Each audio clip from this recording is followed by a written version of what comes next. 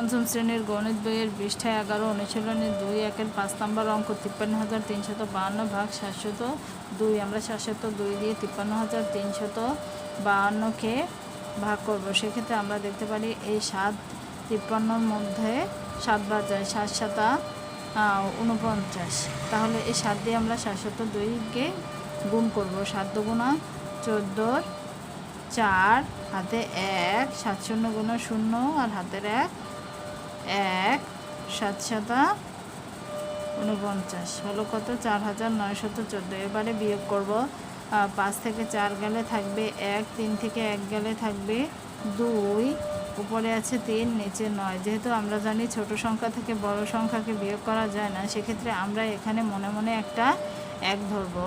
এখানে যদি মনে মনে 10 ধরি, মনে মনে এখানে আমরা 10 ধরবো। 10-এর সাথে যদি এই 3 যোগ হয় তাহলে হবে 13। তাহলে 13 থেকে 9 গেলে থাকবে 4, হাতে থাকে 1, 4 আর 1 5, 5 থেকে 5 গেলে 0।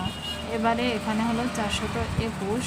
421-এর থেকে 702 বড়, এর জন্য আমরা এই 2কে নিচে নামাবো, তারপরে ভাগ দেবো। কারণ ছোট সংখ্যাকে বড় সংখ্যা দিয়ে ভাগ দেওয়া যায় না।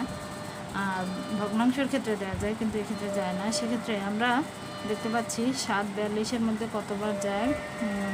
5 7 35, 6 7 42, 6 বার যাবে।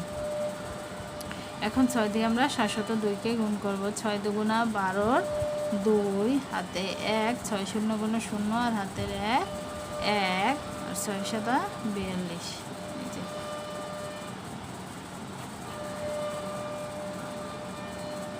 এটা হচ্ছে ভাগ শেষ।